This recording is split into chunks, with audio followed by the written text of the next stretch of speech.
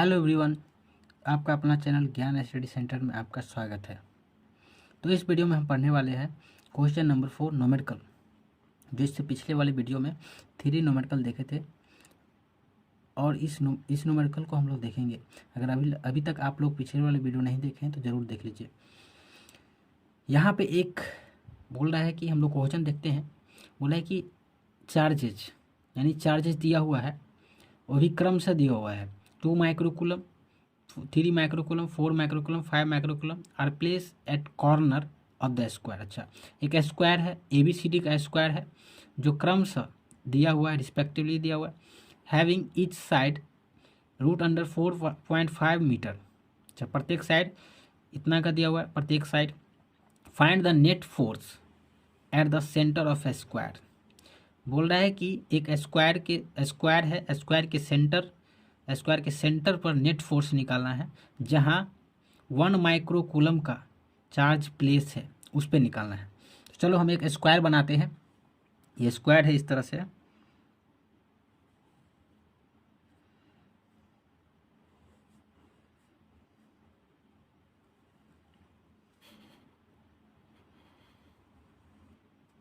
ठीक है। ये एक स्क्वायर है और इसका नाम प्लेस कर देते हैं ABCD।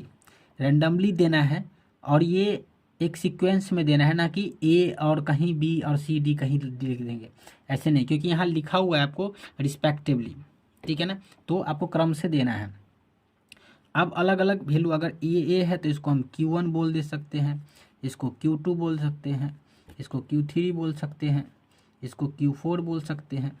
अब इसका वैल्यू दिया हुआ है 2 माइक्रोकूलम, इसका वैल्यू दिया है 3 माइक्रोकूलम, इसका वैल्यू दिया हुआ है 5 माइक्रोकूलम और इसका वैल्यू दिया है 4 माइक्रोकूलम। इस प्रकार से दिया है और एक बीच में 1 कूलम का वैल्यू है, इसको हम O पॉइंट से इंडिकेट कर देते हैं, ठीक है। अब इसी सेंटर पर हमको निकालना है क्या, नेट फोर्स निकालना है, ठीक है। तो अगर हम देखें तो किस तरह से फोर्स लगेगा,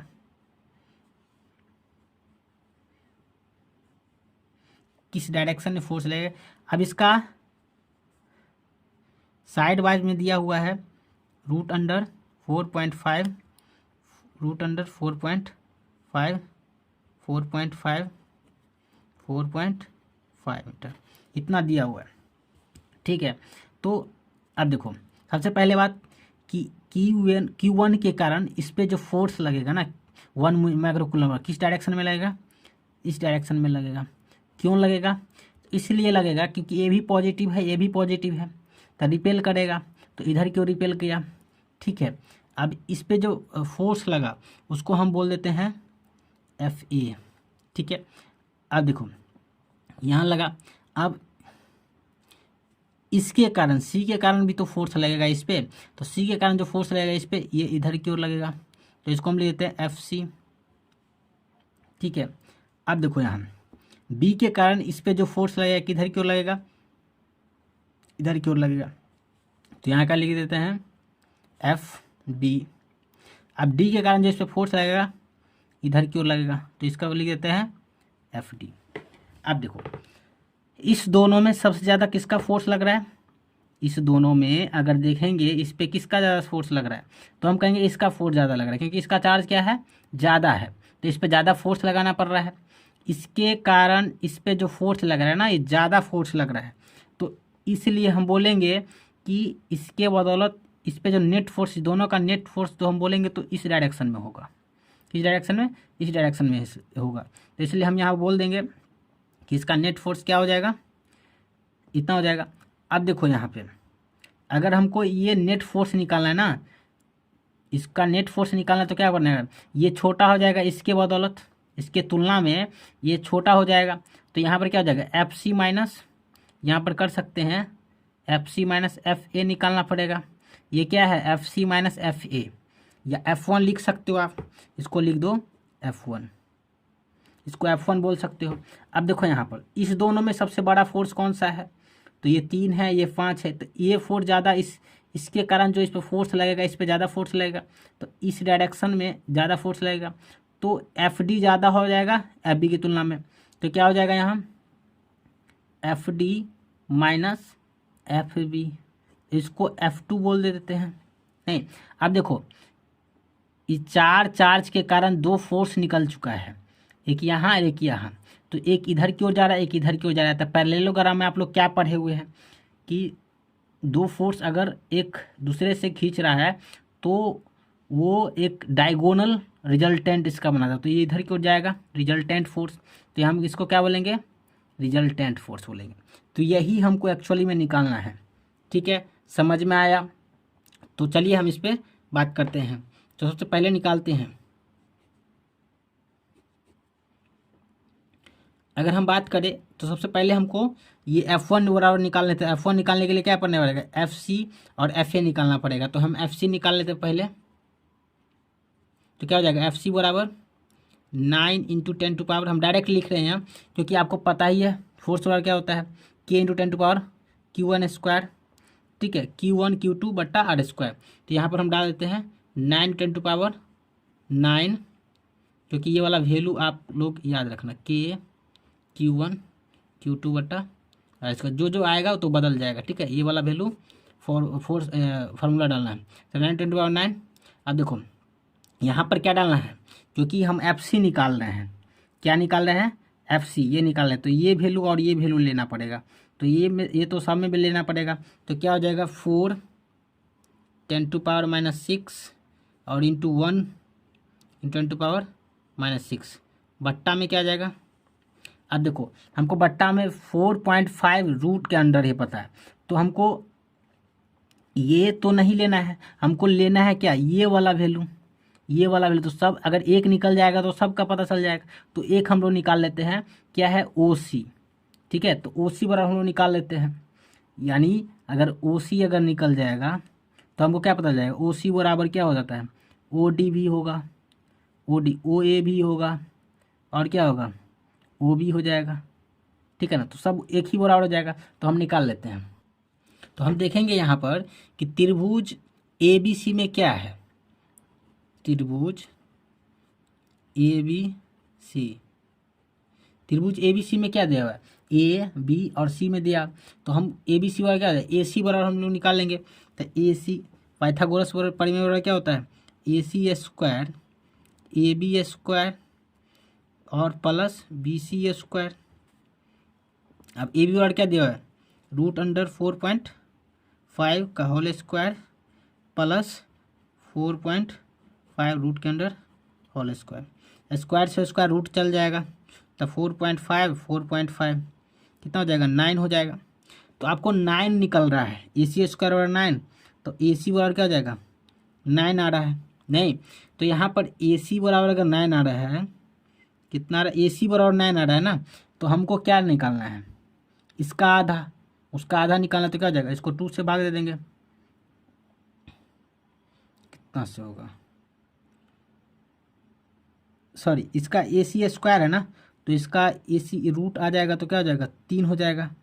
नहीं, तो AC बराबर क्या हो जाएगा, AC बराबर 3 आया, तो AC2 बट्टा क्या हो जाएगा, AC2 बट्टा 3/2। बात समझ में आ रहा है, यानी क्या आपको निकल गया OC OD OA OB बराबर क्या हो जाएगा 3/2। अब चाहे तो इसको पॉइंट में भी निकाल सकते हो। तो हमको यहाँ से क्या पता चल गया, ये पता चल गया, R का वैल्यू पता चल गया। तो यहाँ पर क्या लिखेंगे 3/2 का होल स्क्वायर। बात समझ में आ रही है। अब देखो यहाँ पर से हम निकाल लेते हैं, यहाँ पर एक वैल्यू लिख लेते हैं। देखो यहाँ अगर हम बात करें तो ये 9 है, तो 9 और ये 4, एक को गुना करोगे तो एक ही होगा। और ये देखो ये 2 है ना, 2 का स्क्वायर क्या हो जाएगा 4 हो जाएगा, तो ये ऊपर चला जाएगा। नहीं, अब देखो यहाँ पर 10 के पावर 9 तो 10 के पावर 12, तो कितना हो जाएगा -12, तो -3 हो जाएगा। और ये 3 का स्क्वायर क्या हो जाएगा 9 हो जाएगा। अब देखो 9 से 9 कट जाएगा, तो क्या बच जाएगा 4 चौका 16 × 10⁻³ न्यूटन। तो एफ सी निकल गया। आपको क्या निकालना है? एफ ए निकालना है। तो एफ ए बराबर सेम वैल्यू डालना है, 9×10⁻9, 4 नहीं, क्या है ए, तो ए क्या आ जाएगा 2×10⁻−6 × 10⁻1 × 10⁻−6, फिर वही वैल्यू 3/2। अब देखिए उसमें 4 था, इसमें 2 है, तो क्या हो जाएगा? अब 2 घट जाएगा तो क्या हो जाएगा? सीधा 2 घटा देना। यहाँ पर दिमाग लगाना है। यहाँ पर पहले में 2 था, 4 था, अब यहाँ पर 2 गया, बाकी सब सेम है। तो क्या हो जाएगा? 2 अगर 2 से भाग दे देंगे तो क्या जाएगा? 8 हो जाएगा। ऐसे भी कर लोगे तो कितना हो जाएगा? 9×2 = 18, 18 और 18 और 4 18 चौक 72, ऐसे भी हो जाएगा।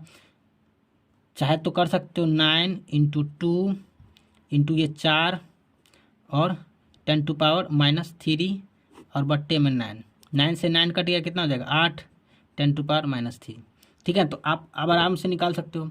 अब यहाँ पर ये एफ ए निकल गया। अब क्या निकालना है हमको? F1 निकालना है, ये F1। तो F1 बराबर क्या हो जाएगा? F C minus F A. तो सीधी बात है कि 16 10⁻³ माइनस 8 × 10⁻³ तो क्या जाएगा? 8 10⁻³ ये हमको F1 निकल गया है, ठीक है ना, क्योंकि माइनस में क्या होता है? पावर नहीं घटता है। तो इतना हो जाएगा न्यूटन। अब हमको निकालना है F2 बराबर, तो F D minus F B, F D निकालना पड़ेगा, एफ बी भी निकालना पड़ेगा, ठीक है। अब देखो हम डायरेक्ट वैल्यू लिख रहे हैं। एफ डी बराबर क्या हो जाएगा? एफ डी बराबर क्या हो जाएगा? तो 9 × 10⁻9 और क्या है 5 × 10⁻⁻6 × 1 × 10⁻⁻6 बट्टा में 3/2 का होल स्क्वायर। तो इसका डायरेक्ट वैल्यू क्या हो जाएगा? डायरेक्ट वैल्यू आपको यहाँ पर 5 है तो क्या हो जाएगा? 20 हो जाएगा, नहीं, और 10⁻³ आप कैलकुलेट कर लेना, ठीक है, न्यूटन। अब उसके बाद एफ बी बराबर, तो डायरेक्ट हम बी बराबर लिख रहे हैं। यहाँ कितना है? 3 है, तो 3 है तो क्या हो जाएगा? 12 हो जाएगा। 3 चौका 12, क्योंकि 9 9 तो कट ही रहा है, तो यहाँ पर क्या हो जाएगा? 12 हो जाएगा। तो 12 × 10⁻³ न्यूटन। समझ में आ रहा है आप लोग को?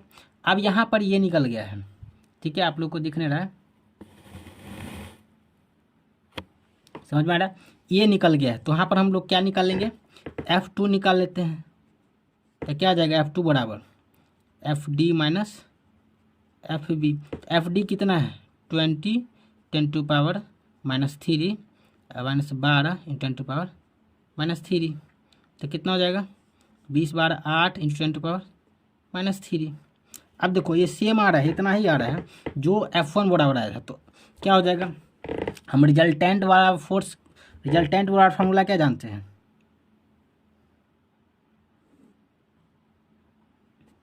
रिजल्टेंट वाला फार्मूला क्या होता है? डायरेक्ट डाल दो, F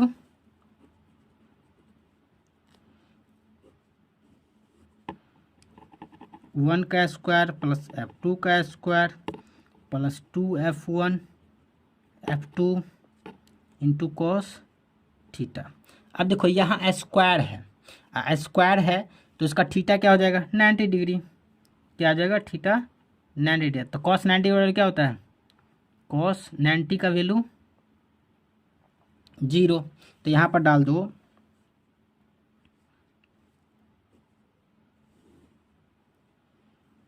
8 × 10⁻³ का होल स्क्वायर प्लस 8 × 10⁻³ का होल स्क्वायर प्लस, अब देखो यहाँ जैसे ही 0 हो जाएगा, ये कॉस 90 डिग्री अगर 0 हो जाएगा तो बाकी सब क्या हो जाएगा? 0 हो जाएगा, बाकी सभी 0 हो जाएगा। तो बाकी इसी को हम ले लेते हैं। तो यहाँ पर अगर हम कॉमन ले लेंगे तो यहाँ क्या हो जाएगा? कॉमन ले लेंगे तो 8 10⁻³ का होल स्क्वायर, तो क्या बच जाएगा? ये 1 का होल स्क्वायर और ये प्लस 1 का होल स्क्वायर। तो क्या हो जाएगा यहाँ पर? इससे स्क्वायर कट गया, 8 × 10⁻³ और रूट के अंदर 1 1 2, तो रूट के अंदर 2, तो रिजल्टेंट फोर्स नेट फोर्स कितना आ रहा है, रिजल्टेंट फोर्स इतना आ रहा है। समझ में आया आप लोग को? कमेंट करके जरूर बताइए। Thank you so much.